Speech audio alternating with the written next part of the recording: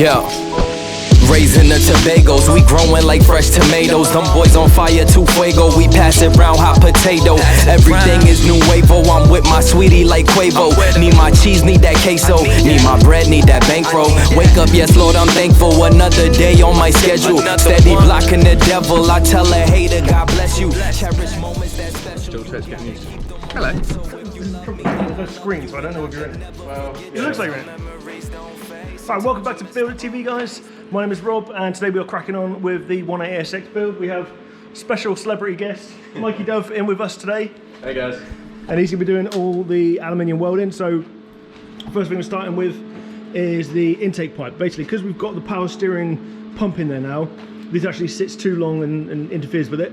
So, he's chopped that down. We're going to tack it in place and then just see if we need to make any adjustments where the filter sits as well, that end.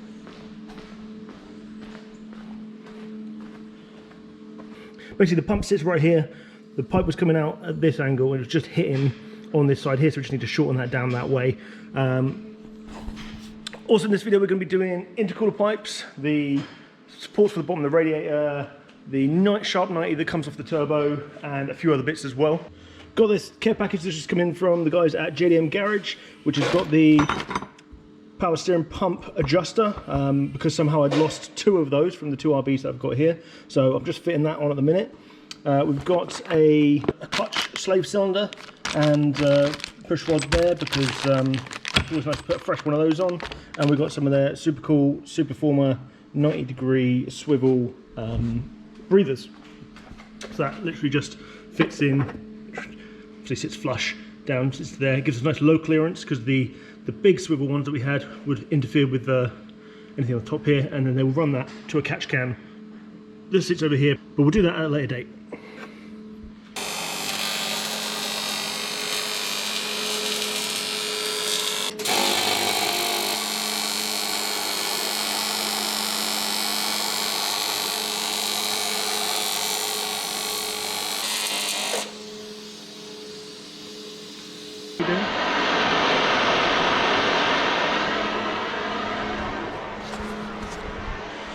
So Mike is just working on the thermostat housing, because we need to make that a smaller pipe that will fit onto there. If you can see, that sits here on this one, and we just need to be able to connect a smaller pipe up to it. So we literally chop that down and inserted a smaller pipe that will then fit up to the one that's going to go into the radiator.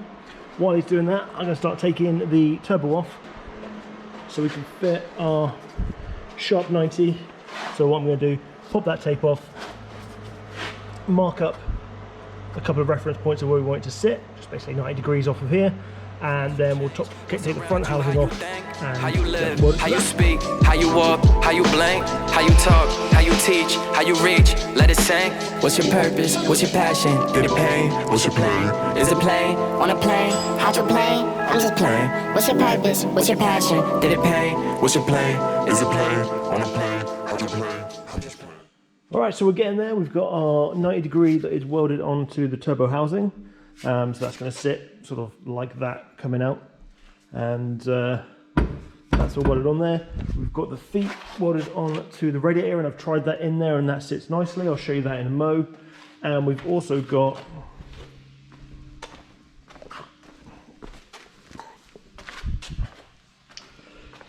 a thermostat housing, which is going to replace that one there with the tape on, and that will allow us to put the smaller diameter hose straight onto the radiator, so connect from there to there. So first of all, the reason for the 90 degree, basically when you're building boost, you could put a coupler on here with a 90 on it, but obviously the most amount of pressure is going to come straight out of here. So to stop any coupler coming off, we put a 90 welded a metal 90 on here, so that then we can have a straight bit of pipe coming out and another coupler here. Now when the coupler's here, it's not a problem because it's going straight through it, but it's the boost hitting the coupler that causes it to pop off a lot. So if you find you're having issues with that, easiest thing to do is just to get a 90 welded on, and that'll solve that problem. So next up, we're going to put the turbo back together, pop it in for the final time of testing, and then we can mock up our intercooler pipes that run into that. Everything whacked back in place, and we can see how it's all mocked up. I've put the air filter in there so we've got the clearance around it, and also to make sure it clears where the power steering pump is, because we had to cut that down. That was another piece that was actually welded by Mikey as well. And now we're talking about the intercooler piping. So we've got this step up here to go to the piping size that works for this intercooler. And I've just sort of cut that down to size. And I've got this right angle here that will fit in. So if I manipulate this in the right way, those should line up. And that's basically going to go like that down to the intercooler. Through the intercooler, we've got our 90 coming out the bottom here, and then going to an upwards 90 to here. I'm going to figure out what I'm going to do with the wiring. Some sort of, is that OE location sort of there somewhere? Might keep that for the minute. And obviously we need to go from here to there. So I've got this 90 degree that we've got here. I've also put a hole in it for the air intake temperature sensor, and we'll weld a bung onto that, and that can then push into there, down to there. So this will be one piece because it's just literally the 90 there and the 90 at the bottom, so that shouldn't be too tricky to manipulate out. This one, this pipe here to down here will be one piece, and then here there will be a silicone coupler, because otherwise you won't be able to get it out from sort of that area because it's just too long, it's just too big. So that'll be two pieces. So you come intercooler out, joiner there, this will be one piece at the top here, and then that will be our intercooler piping all done. So what we're going to do first is tack everything in place just to make sure everything fits up how we want it to. Then we will, as long as it's all good, we will fully weld it, and then we'll put some beads on the bottoms there where the couplers are going to go, so that they don't fly off at any time, so it nice and tightens to them, because if you've just got the straight pipe, it's just going to slip away. So the intercooler pipes are now tacked up, as you can see on here, and they fit up great. So there's the one there, and the other one is here, all done. I also added on the rocker covers. I did the Superformer swivel sharp 90s that come off of there, so that allowed me to put the catch can somewhere over here, nice and neat out of the way. I also put old zinc hardware on the covers. I'm just looking to find some zinc hardware to go through the valley cover, and then that's all going to look pretty smart. That is all welded up and good to go. We've got the IAT bung for the sensor to go in there. And the only thing we need to do is put a swage on here. And put another one on here, just so the coupler sits on properly. So if you saw on the last episode, we were doing some bits with the fan shroud, where we used the Datsun 280Z coupler and mated that with the GK Tech fan. And the one thing I said I wasn't sure about is clearance. Clearance on the bottom pulley and clearance on the power steering pump as well. Well, now we've got a power steering pump bracket in. I've stripped out the aircon and stripped out the front panel here, just moved that out of the way so I could get to the bottom pulley here. So I could get a gun in on the bottom pulley here. Only reason I need to use the gun is because there's no clutch in here at the minute. So there's nothing to stop it, there's no resistance. If I try to turn it, it will just turn over the engine. I'm going to whack the bottom pulley on, and then we'll put the power steering pump and the fan bits back together and just see and make sure everything clears. If I've got the belts up here, we'll try those as well. Da, da, da, da, da, da. Yep, it definitely hits. We are, well, to clear the pulley, we're like 20 mil. It only needs to just clear the pulley, but even with that, we're going to be where our radiator is in this car. I'm just going to flip this round, put it to the other side, and just see how that sits and see if that clears. At least that's some good information then, just to see whether this viscous fan actually gives you a bit more room than an SR one. So flip the fan to the front side. So if you've seen it, I've mounted it to the front face rather than that back face that I made clearance for, and that does clear on the bottom pulley. And it looks as though, although it'd be tight, the power steering belt will clear as well, because remember, we don't have to go over that little lip, we just got to be where that's where my finger is there. So that looks like it will clear as well.